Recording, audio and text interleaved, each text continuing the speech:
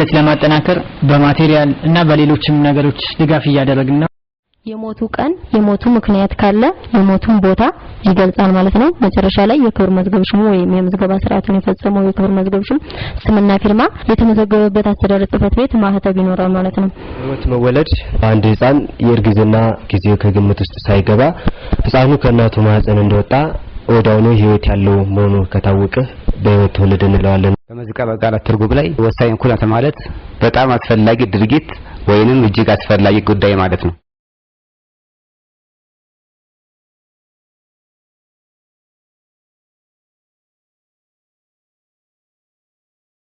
ወሳኝ ኩነት ማለት ወሳኝና ኩነት ከሚሉ ሁለት ቃላት የተመሰረተ ስያሜ ነው። ወሳኝ ስንል እጅግ አስፈላጊ ማለት ሲሆን ኩነት ማለት ደግሞ ድርጊት፣ ጉዳይ፣ ሁኔታ እንደማለት ነው። ከዚህ በመነሳት ወሳኝ ኩነት ሲባል አስፈላጊ ድርጊት ወይም እጅግ አስፈላጊ ጉዳይ ማለት ነው። ኢትዮጵያ ስለ ወሳኝ ኩነቶች ምዝገባና ስለ ብሔራዊ መታወቂያ በወጣው አዋጅ ቁጥር 760/2004 መሰረት ትኩረት የተሰጣቸውና በምዝገባ የሚካተቱ የወሳኝ ኩነት አይነቶች ልደት፣ ሞት፣ ጋብቻና ፍቺ ዋና ዋናዎቹ ሲሆኑ ጉድፈቻ ልጅነትን መቀበልና አባትነትን በፍርድ ቤት ማወቅን ይጨምራል።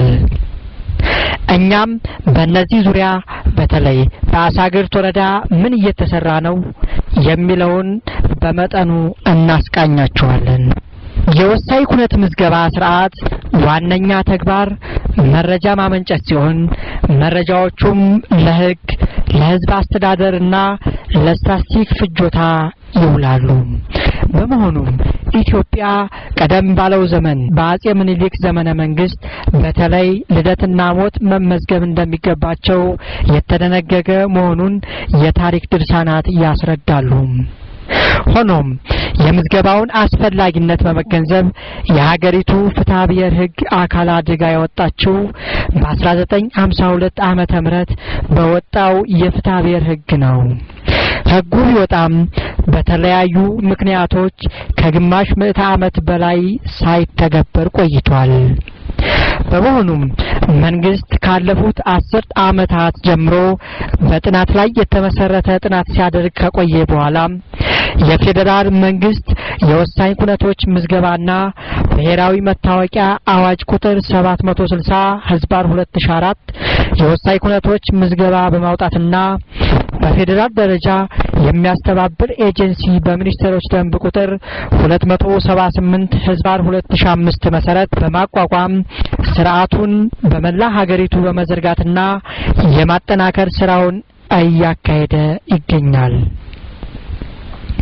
ይህንን አዋጅ ተከትሎ የክልላችን መንግስት የወሳኝ ኩነቶች ምዝገባ ኤጀንሲ በደንብ ቁጥር 120/2006 አቋቁሟል። በመሆኑም ይህን ተግባር በአሁኑ ወቅት በማንኛውም የሀገሪቱ ክፍል እስከ ቀበሌ ድረስ የግንዛቤ ስራ እየተከናወነ የሚገኝ ሲሆን በአሳግርት ወረዳ አስተዳደር ጽሕፈት ቤት የወሳኝ ኩነቶች ምዝገባ የስራ ሂደት አስተባባሪ አቶ ጋየው ስለሺ ስለ ወሳኝ ኩነትና ባህሪያት እንዲህ ይላሉ። የአሳግርት ወረዳ የወሳኝ ኩነቶች ምዝገባ ዋና የስራ ሂደት አስተባባሪ ነኝ። የወሳኝ ኩነት የራሱ የሆነ አዋጅና ደንብ ሲኖረው ከጥር 2007 ጀምሮ ወደ ስራ የገባ ሲሆን እንግዲህ ወሳኝ ኩነት ማለት አስፈላጊ ድርጊት ወይንም እጅግ አስፈላጊ ጉዳይ ማለት ነው። ወሳኝ ኩነት ምዝገባ ዓላማው መረጃ ማመንጨት ሲሆን የሚመነጨው መረጃ ለሕዝብ አስተዳደር፣ ለስታቲስቲክስና ለተለያዩ አገልግሎቶች ላይ ይውላል። ወሳኝ ኩነቶች ወሳኝ የተባሉበት መሰረታዊ ምክንያት በየሀገሮች ህገ መንግስትና በዓለም አቀፍ ድንጋጌዎች የታወቁ መሰረታዊ የሰብአዊ የማህበራዊና የፖለቲካ መብቶች ተፈጻሚ ለማድረግ ዋነኛ የመረጃ ምንጭ በመሆኑ ነው። የወሳኝ ኩነቶች መሰረታዊ ባህሪያት ወደ 11 አካባቢ ሲሆኑ ተወሰኑት ለመጥቀስ ያህል የመጀመሪያው ያለማቋረጥ ባህሪ ያለው። ያለማቋረጥ ማለት በየቀኑ፣ በየሳምንቱ፣ በየወሩ፣ በየአመቱና በየአመታቱ የምዝገባ ስራ ለትውልድ የሚከናወን ተግባር መሆኑ ነው። ሁለተኛ ደረጃ የቋሚነት ባህሪ የምዝገባ ስርዓቱን በመንግስት በተቋቋመ ተቋም የሚከናወን ተግባር ነው ማለት ነው። ሶስተኛው አስገዳጅነት ባህሪ ነው። አስገዳጅነት ማለት የወሳኝ ኩነት ምዝገባ ስራ ግለሰቦች የማህበረሰብ አባል በመሆናቸው የተነሳ በውዴታም ይሁን በህግ ስርዓቱ የማስገደድ ባህሪ ስላለው በዚህ መሰረት በአዋጁ ቁጥር አንቀጽ 6 ላይ እንደተጠቀሰው ማንኛውም ሰው የወሳኝ ኩነት የምዝገባ ስርዓት ግዴታ ያላከበረ ሰው በቀላሉ በ6 ወር በማይበልጥ ቀላል እስራት ወይንም ከ500 እስከ 5000 ብር ድረስ ስለሚቀጣ የወሳኝ ኩነት የምዝገባ ስርዓት ያስገዳጅነት ባህሪ ያለው ማለት ነው።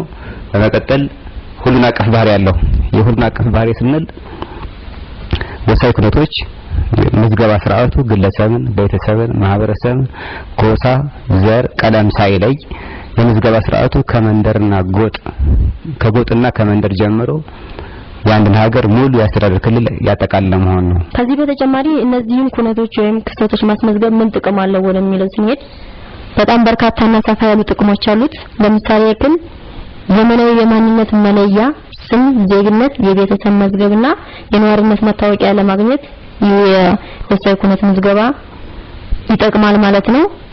ሌላው ደግሞ ህፃናትን በየእድሜያቸው ክትባት ለመስጠት አሁንም እዚህ ጋር ልደትን ስለምንመዘግብ የህፃናቶቹ እድሜ እንደኛ ወረዳ ለምሳሌ ኩነት መመዝገብ ከጀመርን በኋላ የህፃናቶቹን እድሜ በየኢንተርቫላቸው በየእድሜያቸው ኢንተርቫል ክትባት እንዲያገኙ ይረዳል።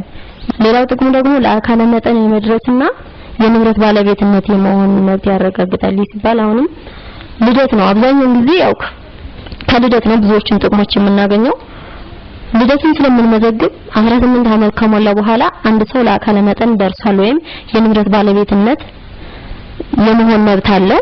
ከመንግስት አስተዳደርም ነፃ ይወጣል ማለት ነው። ጤናና የትምህርት እቅድ ለማቀድ የህዝብ ብዛትን ለማወቅ ስንት ሰው ሞተ፣ ስንት ሰው ተወለደ የሚለውን ስለምናይ የህዝብ ብዛቱንም ለማወቅ አይከብድም ማለት ነው። የእድሜ ጣሪያን ለማወቅ ነው። አሁንም ልክ የምዝገባ ስርዓቱ ከተጀመረ በኋላ ልደትን መዘግባለን። ሞትንም ስለምንመዘግብ ከፍተኛ የእድሜ ጣሪያ ስንት እንደሆነ ለማወቅ አያስቸግርም፣ ቀላል ይሆናል። ከልጅነት ጋብቻ ለመጠበቅ አሁንም አንድ ሴት ማግባት አለባት ወይም ማግባት ትችላለች ወይም ለአካለ መጠን ደርሳለች ከዚህ በኋላ ትዳር መመስረት ትችላለች የሚባለው 18 ዓመት እና ከዛ በላይ የሞላው ነው። ስለዚህ አሁንም እዚህ ጋር ልደትን ስለምንመዘግብ 18 ዓመት ሞልቷታል አልሞላትም የሚለው መረጃ ልጅቷ ካለችበት አስተዳደር ጽሕፈት ቤት ወይም ከተመዘገበችበት ዝቅተኛ አስተዳደር ጽሕፈት ቤት እርከን መረጃውን ማግኘት ይቻላል ማለት ነው። ሌላ ሞትና የሞት ምክንያት ለማወቅ ነው። ከመንግስት አስተዳደር ነፃ ለመውጣት በወንጀል የተጠረጠሩ ሰዎችን አድራሻና ማንነት ለማወቅ፣ የጉዲፈቻ ህጋዊነትን ለማረጋገጥ፣ ህገወጥ የህፃናት ዝውውርን ለመከላከል፣ የሞት ምዝገባ ስርዓት መኖሩ ወይም የሞት ሰርቲፊኬት መሰጠቱ ለሟቹ ሳይሆን የሚጠቅመው ለቀሪ ዘመዶቹ ነው። ስለዚህ ውርስና ኢንሹራንስ ጉዳዮችን ለመዳኘትም ይጠቅማል ማለት ነው። በጣም ሰፋ ያለ ጥቅም አለው። ከዛ ውስጥ ግን አጠር ለማድረግ ያክል እነዚህ ናቸው።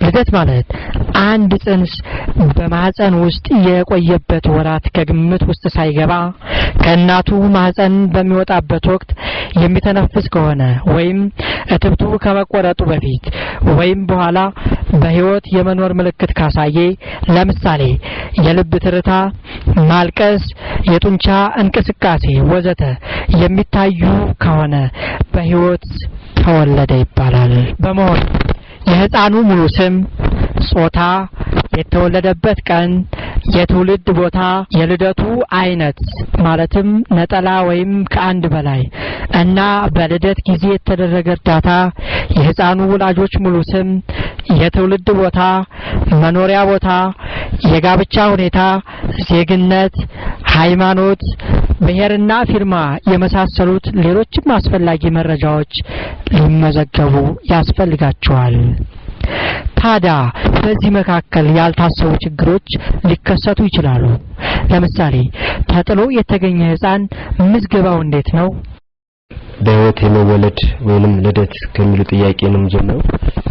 በህይወት መወለድ በአንድ ህፃን የእርግዝና ጊዜው ከግምት ውስጥ ሳይገባ ህፃኑ ከእናቱ ማህፀን እንደወጣ ወዲያውኑ ህይወት ያለው መሆኑ ከታወቀ በህይወት ተወለደ እንለዋለን ማለት ነው። ህፃኑ ከእናቱ ማህፀን ከተወለደ በኋላ በህይወት የመኖር ምልክቶችን የመተንፈስ የልብ ትርታ የጡንቻ እንቅስቃሴና የልቅሶ የመሳሰሉ ምልክቶችን ካሳየ ህፃኑ በህይወት ተወለደ እንለዋለን ማለት ነው። ይህ ህፃን ግን እነኚህ ምልክቶችን ካላሳየ ህፃኑ ሞቷል ማለት ነው። በሞቱ ምክንያት ይመዘገባል። ልደት ምዝገባ ይዘትን በተመለከተ አንድ ማንነቱ ያልታወቀ ህፃን በአንድ ቦታ ላይ ተጥሎ ቢገኝ ይህ በደረጃ የተቋቋሙ ሶስት ተቋሞች አሉ። በእነኛ አማካኝነት አጓላለው በቀበሌ ደረጃ ላይ ተዋቀሩ ለፖሊስ ጽሕፈት ቤቶችና ለመንግስት ሰራተኞች ጥቆማ ይደረጋል። ይህ ጥቆማ ከተደረገ በኋላ ጥቆማ የተደረገለትም አካል በተከታታይ ለ3 ቀናት ምርመራና ጥራት በማድረግ የህፃኑ ወላጆችና ዘመዶች ከተገኙ ዘመዶችና ወላጆች እንዲያስመዘግቡ ለማድረግ ይቻላል። ሁላ ነገር ግን ካልተገኘ ጥቆማ የተደረገለት አካል ፖሊስም ሆነ መንግስት ሰራተኛ ምዝገባ ስርዓቱን እንዲያስመዘግብ ይደረጋል ማለት ነው።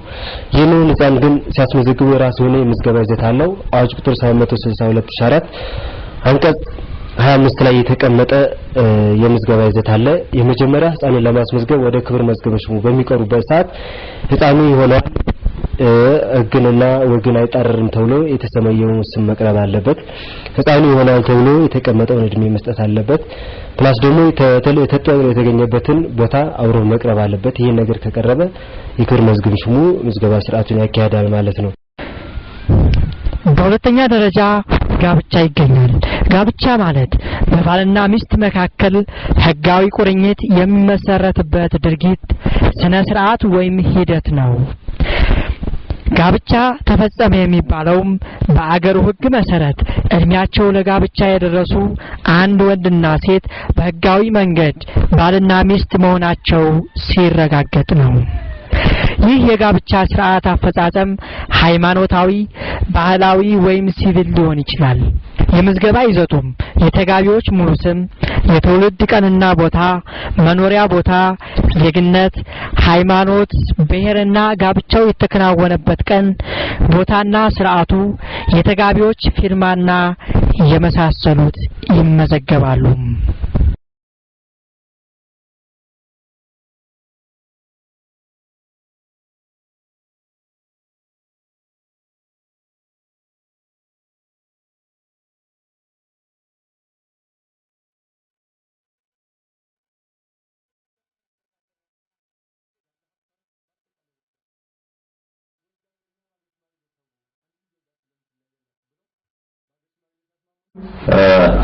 ግራ ቀኙ በሚከራከሩበት የባልና ሚስት ፍርድ ቤቱ በቅድሚያ ጉዳዩ ለሀገር ሽማግሌ እንዲታይ ወደ ሽምግልና መርቶት ግራ ቀኙ ሊስማሙ አልቻሉም። እንዲሁም የማሰላሰያ ጊዜ ተሰጥቷቸው በተሰጣቸው የማሰላሰያ ጊዜ ውስጥ ሐሳባቸውን ሊቀይሩ አልቻሉም። እንዲሁም ፍርድ ቤቱ በችሎት በማስቀረብ በአንድነትና በተናጠል የፍቻ ሐሳባቸውን እንዲቀይሩ ቢያግባባቸውም ግራ ቀኙ በተለይ አመልካች ወደ ቀደመ ትዳሯ ለመመለስ ፈቃደኛ ባለመሆኗ ፍርድ ቤቱ ጋብቻ በሁለቱ ተጋቢዎች መካከል ነፃ ፍላጎትና ፈቃደኝነት ላይ የተመሰረተ ስለሆነና አመልካች ጋብቻው እንደማትፈልገው ስለገለጸች ፍርድ ቤቱ በግራ ቀኙ መካከል የተደረገ በሀገር ባህል መሰረት የተደረገ የጋብቻ ስርዓት መኖሩን ስላረጋገጠ በግራ ቀኙ መካከል የነበረው ጋብቻ መፍረስ ያለበት ሆኖ ተገኝቷል ማለት ነው።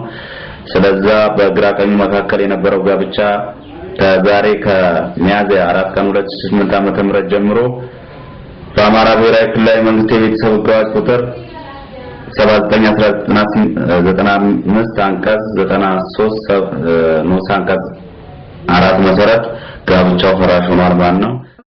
ሶስተኛውና የጋብቻ ተቃራኒ የሆነው ፍቺ ነው። ፍቺ ማለት በህጋዊ መንገድ ተመስርቶ የነበረውን የባልና ሚስት ቁርኝት ሙሉ በሙሉ ህጋዊ በሆነ መንገድ ሲፈርስና ሁለቱም ሌላ ጋብቻ መፈጸም የሚያስችላቸውን መብት የሚያገኙ መሆናቸው ሲረጋገጥ ነው። ይህ የፍቺ ሁኔታ ሲፈጸም በፍርድ ቤት ስርዓት ሊከናወን ይችላል። በመሆኑም ልክ እንደሌሎቹ የአመዘጋገብ ይዘት የተፋቾቹ ሙሉ ስም፣ የትውልድ ቀንና ቦታ፣ መኖሪያ ቦታ፣ ዜግነት፣ ሃይማኖት፣ ብሔር፣ ጋብቻውና ፍቺው የተፈጸመበት ቦታና ቀን ይመዘገባል። ቃል ኪዳኑ እንዳፍራሽ እድሜው 18 ዓመት እስኪሞላት ድረስ ከአመልካች ጋር እየኖረች ከዛሬ ከሚያዝያ 4 ቀን 2008 ዓ.ም ጀምሮ ተጠሪው በየወሩ ቀለብ 200 ብር ይክፈል ተብሏል። ትዕዛዝ አመልካች የጋራ ናቸው በማለት ዘርዝራ ያቀረበቻቸው ንብረትና ተጠሪው ደግሞ የግሌ ናቸው በማለት የዘረዘራቸው ንብረቶች የግራ ቀኙ የጋራ ንብረቶች ናቸው ወይስ የተጠሪ የግል ንብረቶች ናቸው የሚለውን ጭብጥ በማስረጃ መጣራት ያለበት ስለሆነ ፍርድ ቤቱ በተካካዱበት ነገር ላይ ማስረጃ ማስቀረብ ስላስፈረደው ማለት ነው ለግራ ቀኙ ምስክሮች መጥሪያ ይጻፍ ተብሏል። የግራ ቀኙ ምስክሮች ለመስማት ቀጠሮ ለሚያዝያ 13 ቀን 2008 ዓ.ም በ4 ሰዓት ከ15 ተቀጥሯል ማለት ነው። እሺ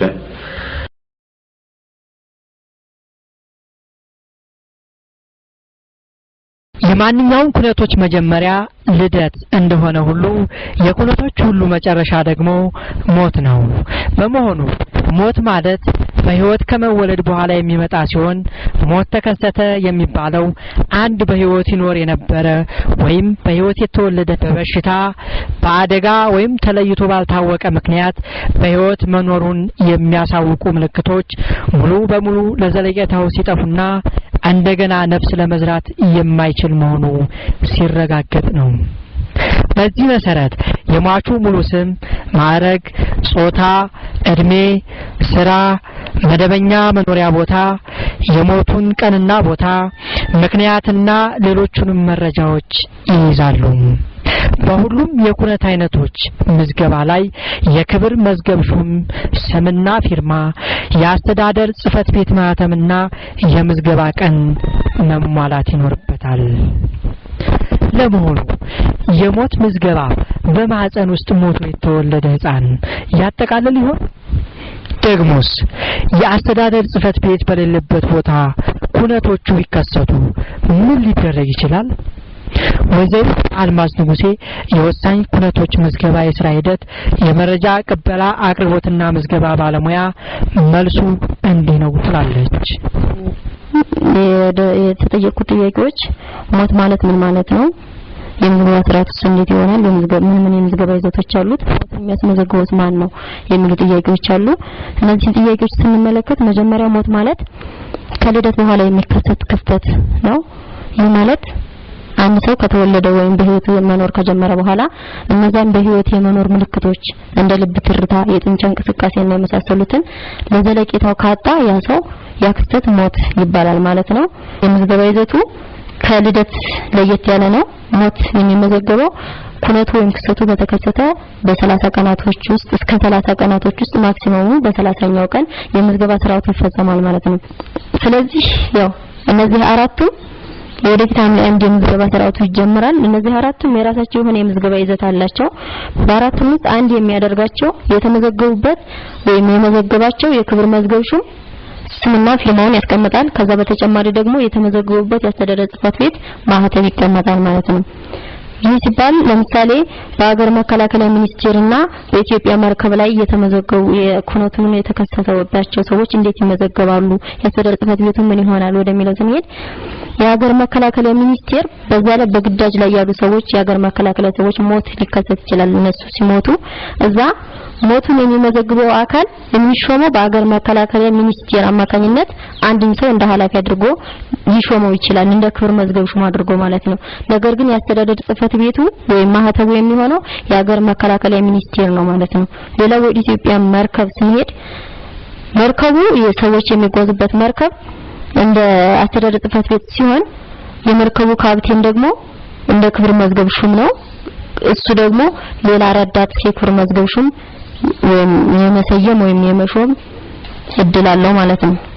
ስለዚህ የወሳኝ ኩነቶች እነዚህ አራቱ ቅድሚያ ሰጥተን የምንመዘግባቸው የምዝገባ ይዘታቸውና የክብር መዝገብ ሹሙ ስምና ፊርማ መኖር አለበት። የአስተዳደር ጽፈት ቤቱ ማህተም መኖር አለበት፣ ሰርቲፊኬት ሲሰጥ ማለት ነው። እነዚህን ካልያዘ ህጋዊነቱ ወይም መረጃ ሰጪነቱና የመረጃ ቋትነቱ ስለሚላላብን ማለት ነው።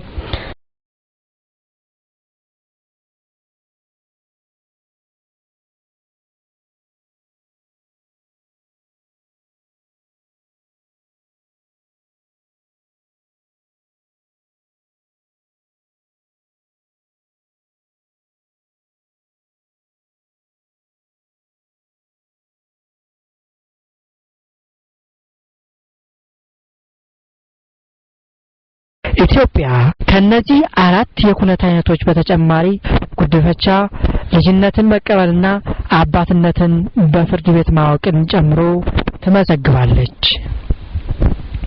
በአሳግርት ወረዳ ውስጥ አንድ የከተማና 14 የገጠር ቀበሌዎች አሏት። በመሆኑም በወሳኝ ኩነት ዙሪያ እነዚህ ቀበሌዎች እንዴት ተቃኝተዋል? አቶ ጋየው ስለሺ። እሺ፣ የወሳኝ ኩነት የምዝገባ ዋና የስራ ሂደት የራሱ የሆነ ቢሮ እና የተለያየ ቢሮ ቁሳቁሶች ጠረጴዛ፣ ወንበር፣ 2 ኮምፒውተር፣ አንድ ፕሪንተር የመሳሰሉት ሲኖሩ እነዚህን ማቴሪያሎች በመጠቀም በራሪ ወረቀት በማዘጋጀት ለህብረተሰቡ እያሰራጨነው እንገኛለን። ሌላው በቀበሌ ድረስ ሄደን የወሳኝ ኩነት የምዝገባ ስራ እንዴት እንደሚሰራ ለህብረተሰቡ የግንዛቤ ፈጠራ ስራ በመስራት ላይ እንገኛለን። ይህን ስራ ግን ለመስራት ያስቻለን በክልል ደረጃ የተሰጠን ስልጠናና በስልጠናው አማካኝነት ያገኘነው ዕውቀትና ማንዋል በማንበብ ወደ ስራ ገብተናል። የወረዳ የወሳኝ ኩነት የአሳግርት ወረዳ የወሳኝ ኩነት የምዝገባ ኮሚቴና በቀበሌም የቀበሌዎች የወሳኝ ኩነት ምዝገባ ኮሚቴ በሁሉም ቀበሌ ተቋቁሟል። እነዚህ ኮሚቴዎች የወረዳ ደረጃ በየወሩ 2 ጊዜ ይሰበሰባል። በቀበሌ ደረጃ ደግሞ እያንዳንዱ ቀበሌ የተሰበሰቡ ስራቸውን ይገመግማሉ። በስራቸው ያሉትን ተቋሞችንም ተግባርና ኃላፊነታቸውን እያሳወቁ ይገኛሉ። ሌላው በስራችን ላይ የገጠመን ችግር እንዳሳግርት ወረዳ ብዙዎቹ ይሰማሉ ሲሆን በአብዛኛው ግን የሸልፍ እጥረት ስላለብን ይሄም ሊሆን የቻለበት ምክንያት በቂ በጀት ስለሌለን ቀበሌዎች የራሳቸው ሆኖ ቢያንስ 8 ቀበሌዎች የሸልፍ እጥረት አለባቸው። የስራ ሂደቱ ስልክ የለውም፣ የኢንተርኔት አገልግሎት ተጠቃሚ አይደለም። የአሳግርት ወረዳ አስተዳደር ጽህፈት ቤት ኃላፊ አቶ ሙባረክ ያሲን ስለ ወሳኝ ኩነት ምዝገባ እንቅስቃሴ እንዲህ ሲሉ ገልጸዋል። ስሜ ሙባረክ ያሲን እባላለሁ። የአሳግርት ወረዳ አስተዳደር ጽህፈት ቤት ኃላፊ ነኝ።